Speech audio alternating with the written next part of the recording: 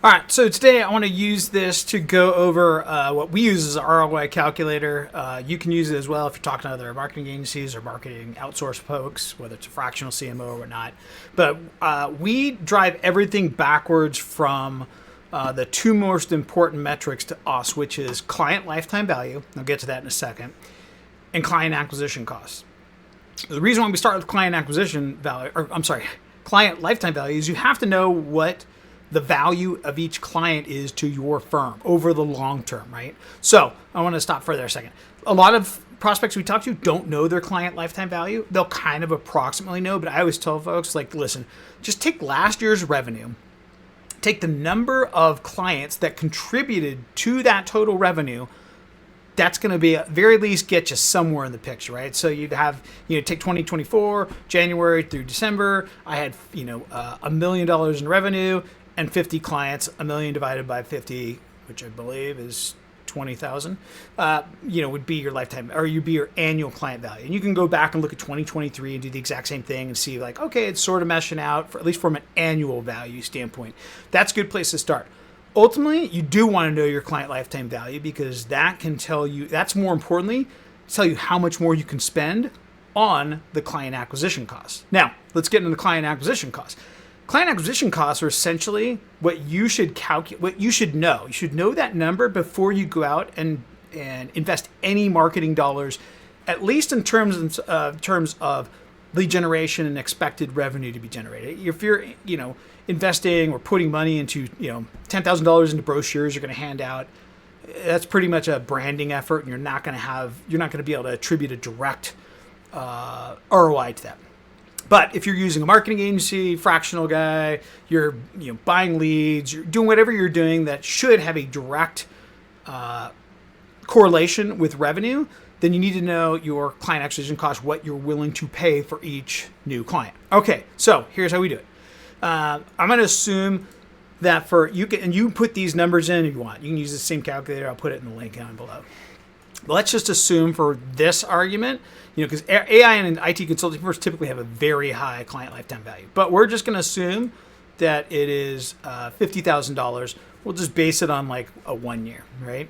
Okay, now you look at the investment for our offer. You can change this to whatever you need, but to our offer, right? It's $10,700 for the 60-day program. We suggest ad spend of $100. Typically what happens when you find a winning offer, typically our clients ramp it up to $200.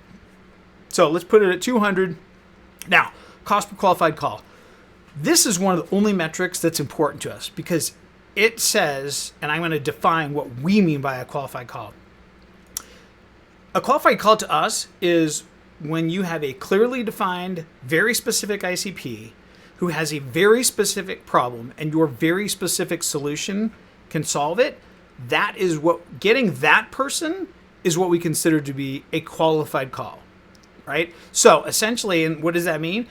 We put, qualification questions in our process to make sure that that prospect has the money, has the problem, is our ICP before they all get to the point to where they can schedule a meeting. So that's what we consider to be a qualified call. Now, our clients see anywhere from a $50 cost per qualified call to a $500. The one that's at $500 is targeting enterprise, so on the high end. But you know what? Let's use that as the worst case scenario.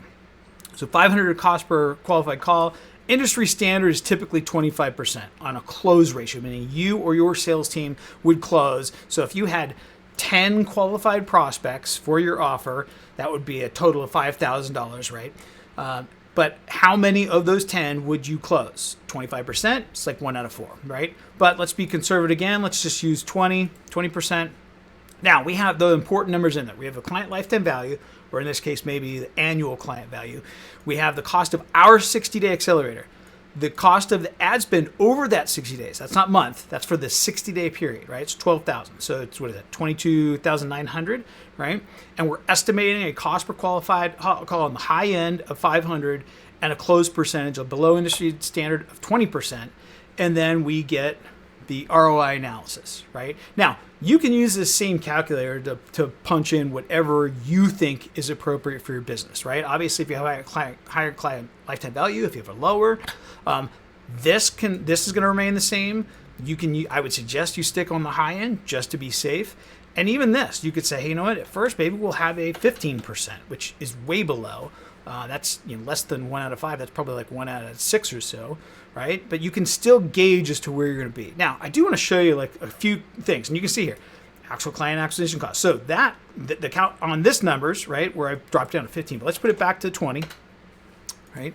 The original numbers and the $50,000 either client lifetime value or annual client lifetime value or client value, and our client acquisition cost is $4,729. So what that means is we're paying $4,729, or the client is paying $4,729 to acquire how many customers? Well, there's 5 sales expected in that one. So, 5 times, 4 the 20. But basically what it does, it takes the number of expected sales and the cost to acquire it and gives you your customer acquisition cost. So with this process at least, if the numbers match up or if they get better, right, this would be your client acquisition cost. Then the other ratios that we like to look at too, as we get more sophisticated, is return on ad spend and lifetime value to client acquisition ratio. At these would be like green lights all day long. We'd be like, okay, and this is typically what happens. Our clients like, great, can we scale this up? Can we do $500 a day, right? And you can just see the numbers, from there exponentially. But at any point, those are really the 2 metrics that you should use in a calculator like this when looking to invest marketing dollars that should directly correlate into revenue. You always start with your client lifetime value.